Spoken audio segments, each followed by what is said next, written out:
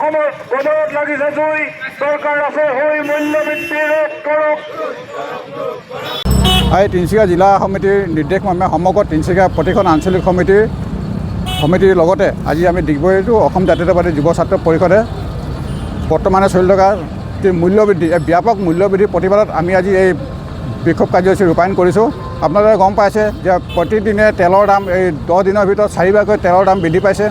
এই তেলৰ দাম বৃদ্ধি পোৱাৰ পাছত যি অত্যাৱশ্যকীয় খাদ্য সামগ্ৰী বা ধৰি অন্যান্য যিবিলাক বস্তু আছে প্ৰতিটো বস্তুৰে আজি অতি দ্ৰুতগতিত তাৰমানে দাম বৃদ্ধি পাবলৈ ধৰিছে। গতিকে আমি এই মূল্যবৃদ্ধি অতি সোনকালে দাম কমাবৰ কাৰণে আমি কাৰ্যসূচী আজি ৰূপায়ণ কৰিছোঁ।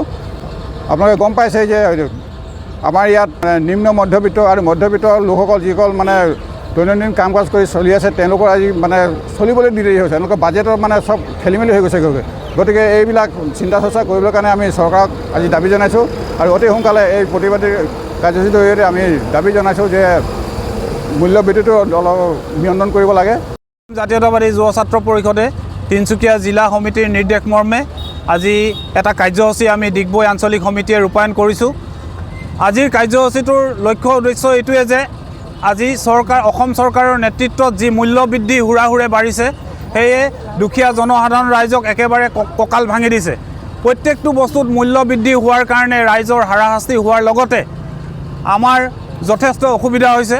এই মূল্যবৃদ্ধি যিহেতু দৈনন্দিন জীৱনত আজি কৰ্ম জীৱিকা নোহোৱা মানুহৰ মূল্যবৃদ্ধিয়ে কোঙা কৰিছে।